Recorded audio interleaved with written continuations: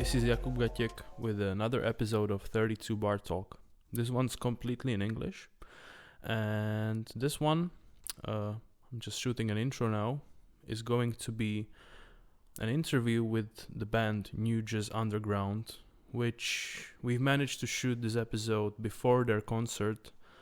And the concert took part during the International Jazz Day. There was a concert, like a double concert, double bill, at Jazz Fest Brno in Cabaret de Pêché. This concert was a part of their first European tour. However, their first ever concert in Europe was also at the Jazz Fest Brno Festival in the year 2024. The band itself formed basically during the COVID pandemic. I should also mention their names.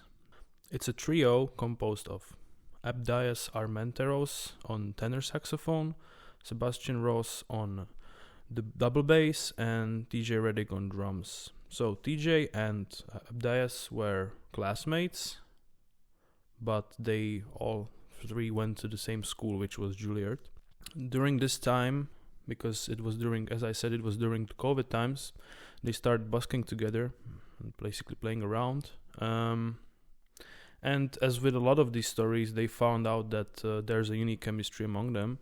Also inspired by Emmett Cohen's living room concerts, they have decided to try something similar, however with lower expenses. And after a few videos they've put out, eventually their biggest hit became the music video They Can Hate But We're Still Swinging, which to this time has like around 600,000 views, which I think is commendable for a jazz trio format like this.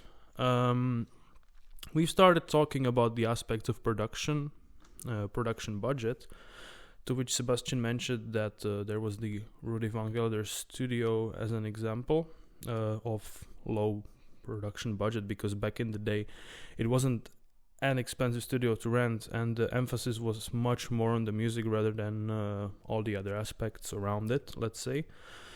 And he also stated that the band's aim is more towards their chemistry rather than overproducing their music. And with that being said, let's move on to the actual interview. I hope you enjoyed this episode, and I'll talk to you later. Now we're just getting started. So, sorry, you were talking about about the YouTube culture, about like how it works in jazz, about like we were talking about low budget stuff in recording. So I think also now, like in the era of like TikTok and even YouTube that we've been in for the last 15 years, people really enjoy seeing something that's like DIY, and that people just do. And I grew up skateboarding, and you always like film your friends and doing all that kind of stuff, and you show up to a random spot and you film. And so I just kind of brought that approach into what we were doing. And I don't know, jazz, it's such a human thing, and I feel like a lot of the time people within jazz make it seem like something more extreme, and I just wanted to find a way to relate the music to folks who don't necessarily know about the music but would enjoy the music, and I think a lot of jazz musicians, they're like, oh, I just want to be cool and have my obscure little names and be here in the corner in the dark, playing my cool stuff, which is cool. I mean, we all want to do that, but I think having this kind of like open facing thing where we take the music very seriously, but we don't necessarily take ourselves seriously. Yeah. I think that was like really crucial for people to relate to us, Mm-hmm. I mean, the part where like where you said now we don't take ourselves seriously, like do you feel like that's still part of the jazz scene nowadays, or Well, I feel like a lot of people are very like self-serious in jazz. Mm-hmm. You know what I mean? And oh my God, like you see these people, and we talk amongst ourselves, like you see these people that like name themselves something that's ridiculous. You know what I mean? Of course, if it's a cultural thing, like, yeah, but like people like make up stuff like how they're the GOAT and all this stuff. And, it's just kind of like, okay, like coming from where we come from, people like John Coltrane and Miles Davis and, all the greats who ascended this mountain, like we could never reach what they did. You know what I mean? And to me, it's just about the enjoyment of the music and enjoyment playing with my friends. And yes, I take the music very seriously, and I care about the music. It's my passion. It's my life. But I don't take myself within the space, like, and us within the space necessarily. Like, I do take it seriously, but it's not. I always want it to be playful and always want to have, like, one hand and, like, yes, this is serious, but also, like, I'm not a person that's, like, gonna be like, ew, pop music, ew, what, so beneath me because I play jazz, you know, that whole thing, that whole attitude. So it's not about, like, the snobism in the end. It's just about, like, the music itself, right? Right. And also, you know, like, the way that we grew up, you know, we grew up listening to hip-hop and a lot of the stuff that, you know, you'll hear some of our mentors talk, you know, bad about. And to us, it's all really the same. It's like, it's culture, it's culture, it's culture. And so, like, we really don't see a lot of separation. And also, me being just a kid of the internet, like, being chronically online, unfortunately, you know, everything's a meme, bro. Everything's a meme. And, like, why not just make the music a meme? Like, in terms of how you present it. But then when you actually play, be serious and go, like, 100% full force, like, playing, like, who can actually go toe to toe with us? Like, what? Yeah, I understand. No. That's a good point, I think, because, like, a lot of people sometimes, like, you know, don't have this kind of distinction that, like, you know, it's on the stage, like, people have died for this music, right? So course, you know, that's the thing. Like, in the end, like, I think the seriousness on the stage needs to be present at all times. Right. But, like, also, if I'm not mistaken, you're also gonna put out your first album. Is that going to be your first album in a short, right? Yes. So, I think I was listening to something that you put out yesterday. That was the ballads that you played. Is that going to be on the recording, or, like, what's the recording going to be about? Well, our record Hoodies, which is coming out May 29th, on Artwork Records. It's kind of split into separate parts. The big part of it is this blues suite that I wrote. I've always been really fascinated by the music of the Delta South, folk and blues music, ever since I was introduced to it by certain mentors of ours like Wynton Marsalis and Eric Lewis, Elu. And I just felt like this depth with this music that kind of was lacking in terms of, I guess, modern jazz or whatever you want to call it, modern pop music. You know, this kind of folk sensibility is just guttural and, like, immediate. And so I wanted to combine that with, like, the rhythms from modern jazz, the kind of harmonies and just the approach, and coupling that with our modern sensibility of, like, you know, we're kids who listen to Bad Bunny and Kendrick Lamar, and, like, how do you bring that all together? And so that's the blues suite. Mm-hmm. And then we have kind of our more modernistic approaches. One is through the modality of, you know, our Latin tinge. You know, Abdias is Cuban, and he's related to the great Chocolate Armenteros. And I'm from Miami and grew up Latino as well. And so we always try to incorporate that. And so one of our songs, Pseudo Latin Vibe, is kind of a narrative on that, being American and Latino at the same time. And then our more modern stuff like Hold My Halo or 1E1's is just how we enter a conversation with people like Ambrose Akamusari or some of our contemporaries like Emmanuel Wilkins and all these types of people. Our entry into that, you know, broaching that language. Mm-hmm. But yeah, I see. Yeah, that's a great concept. No, because I wanted to go back a bit to, you know, because what you said with, like, the heroes of nowadays. With, for instance, you did the whole Kendrick suite, Dying of Thirst, or what was that? You did one also before. For MF Doom, right? Right. And so this to me also is like an interesting concept. Also in terms of, you're basically a trio, right? Which, like, in itself is, I don't want to say it like badly, but it's kind of like very naked, right? Because you have a bass, you have drums, and you have a saxophone like in its core, and to kind of build everything around it. That's also, to me, that's a great idea, and I also love this harmonicless like bands, let's say, chordless bands. But at the same time, I mean, like then adding stuff to it, like that's also like having a core that's functioning all the times, and then like adding to it, that's something that I really vibe with. You also have lives, I guess, like outside of this band, right? Like I would say musically. So maybe can you tell me a bit more about that? Like, because I'm also interested, like where the influences come from, because like this is as you've already mentioned a bit, like this is an interesting melting pot that you have here. So you're curious about where the influences come from? Influences, but like where are you from, guys? Like what's your interest, like beside this? Because like to me this is all very interesting, I have a lot of interest, mainly things that inspire things that I think are for health, purposes for health.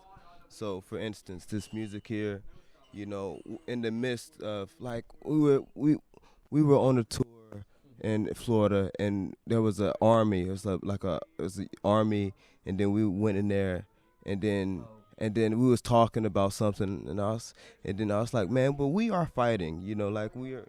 Because imagine a world that didn't have art, And so when I think about this music, I think about things that inspire things of health. Of course, grateful for such and such. But, like this music, it brings me a sense of community, and less, music's all about community. I'm not trying to go and harm somebody when I'm, so it just reminds me of that, and also it reminds me of that towards other people, because other people, it could be real lonely in a certain kind of way if you kind of think everybody's out to get you in a certain way. But I like that about music. Music is not, or at least the music I enjoy is not about trying to out at your neck in a certain kind of way. It's about, spreading their essence, their love. And then, you build a community. And, I mean, you look at the history of jazz, sure, it's had its complications, But at the end of the day, it's still community that's lasted, centuries, Definitely, yeah. I guess other influences. I mean, we all went to Juilliard, and Juilliard, prides itself on teaching you a certain level of totality, jazz from the beginning to where it is right now. So with that, and being a young jazz musician, going there when you're 18, moving to New York, you absorb so much. You play everything from Louis Armstrong, Hot Fives, and Jelly Roll, and to Miles Davis second quintet, to Sun Ra, to you really, Ornette Coleman, you really you do it all, and it's another thing I feel like it gets a little bit of flack for, but you come out such a versatile musician, and then going into school, you already have your influences, like Sebastian said. We come from a Hispanic household, and for example, me and TJ come from a religious background, so those influences also have their impact into what we do. And at our core, yes, we are a trio, and like put on Sonny Rollins at the Vanguard all day, and like that's what, like, I feel like when we first started playing, like that's what we went off of, and from there it just stemmed into a lot of different things. Yeah, so it was like a initial meeting point, kind of, let's say, that was like Juilliard and these records that you just mentioned, and then like from then on it just went like all around. Let me say, like, kind of one of the meanings behind our record, Hoodies, is about like brotherhood and being in the hood together. During the pandemic, it was really rough in the city, and it was kind of dire, you know, in a lot of ways. But just us hanging out, not even playing, like just we would listen to music, you know, partake, you know, take some vitamins, listen to music, you know, play video games, gamble on Madden.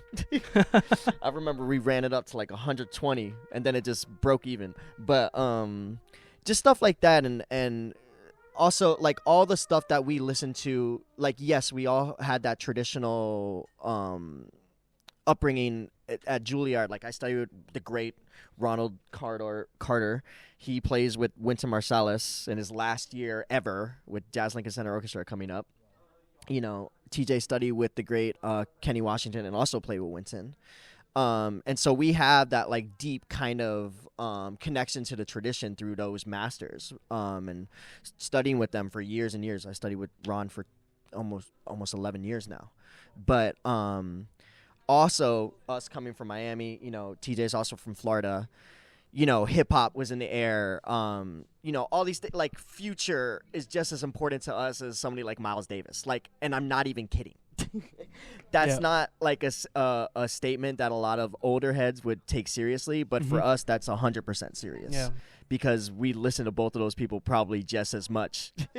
And I think just those influences, like you said, like MF Doom, Kendrick Lamar, those are people that were just on rotation in my headphones in the back of English class or whatever. And so in this context, it's like we all have those things in our ears.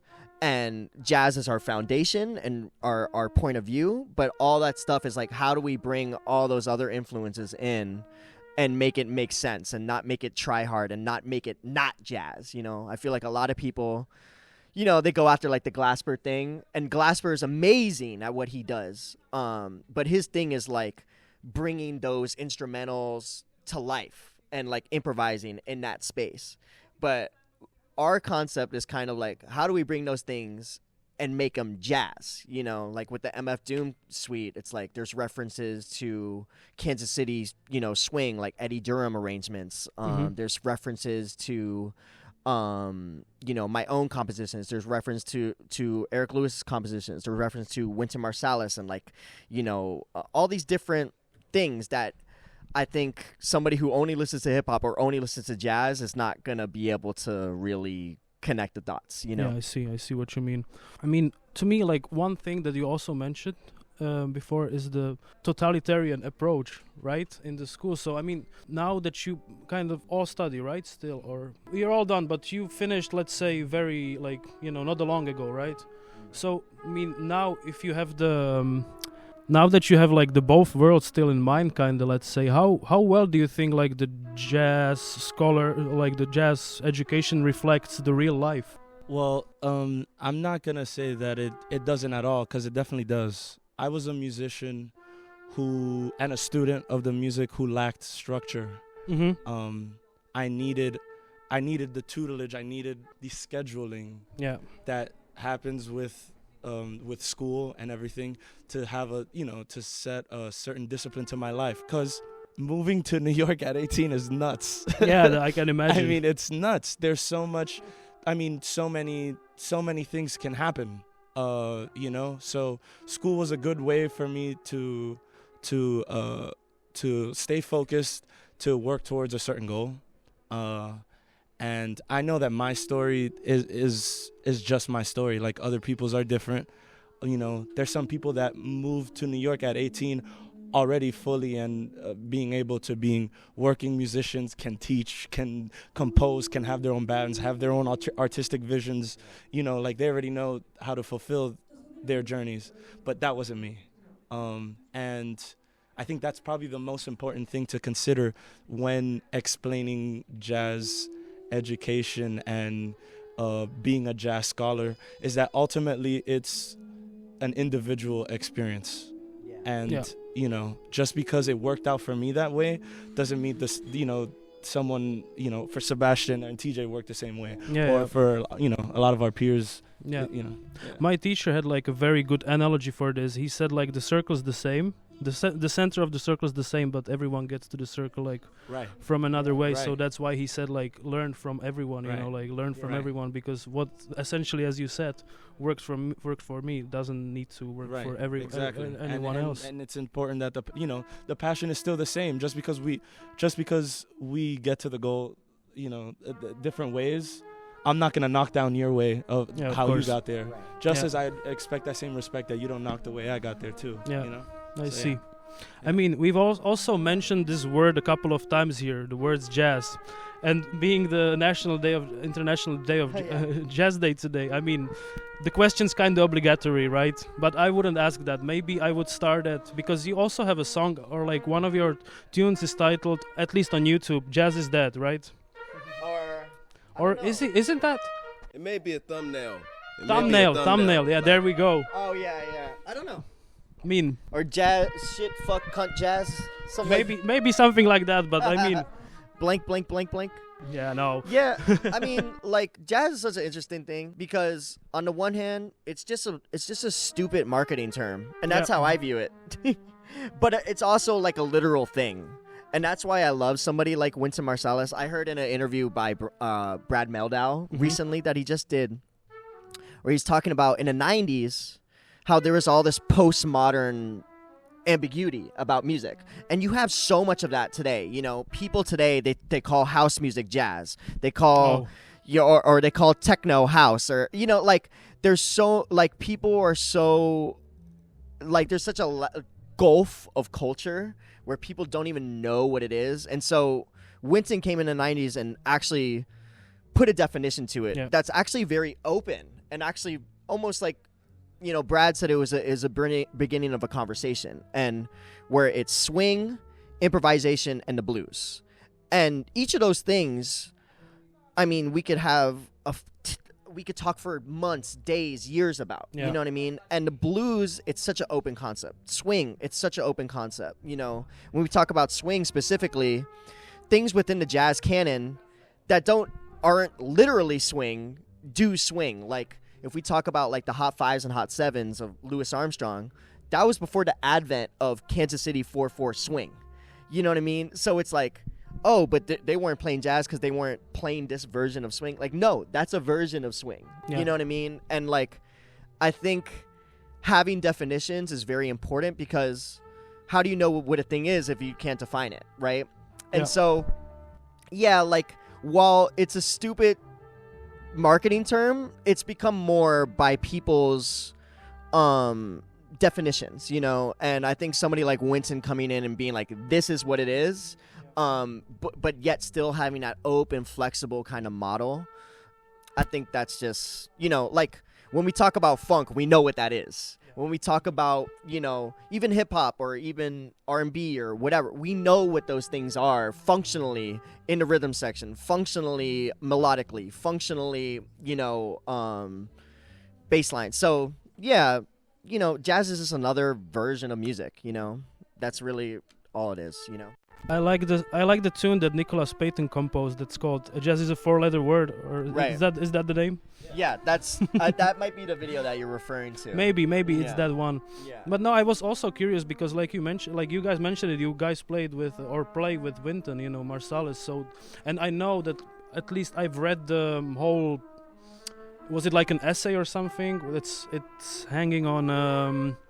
What's his name? Ethan Iverson's Do the yeah. Math. Like he's got these like essays and stuff, and I read this one because I was also interested in like what do people think about it. I mean, in the end, it's just music, right? Right. It's just music, but like it also this thing itself, like it also carries so much history in just like 4 letters, right? So that's why I'm kind of curious. I mean, you're from the country where it originated, I just studied it here, like, in overseas basically for you. But that's why I'm interested, like, what you guys think about it and, like, how you guys view it, especially as, like, the younger generation, right? That's now upcoming. Yeah. I mean, if Nav was said my that, my attachment to it is, I mean, like, it's You got to call it something. Yeah, of right. course. You know what I mean? Yeah. It's like whether, we talk about, Nicholas Payton, he refers to He doesn't like to use the term jazz. He says Black American music, but he's referring to something that's more encompassing than literally just jazz, you know? And even I think Winton's definition could work for his definition as well, you know?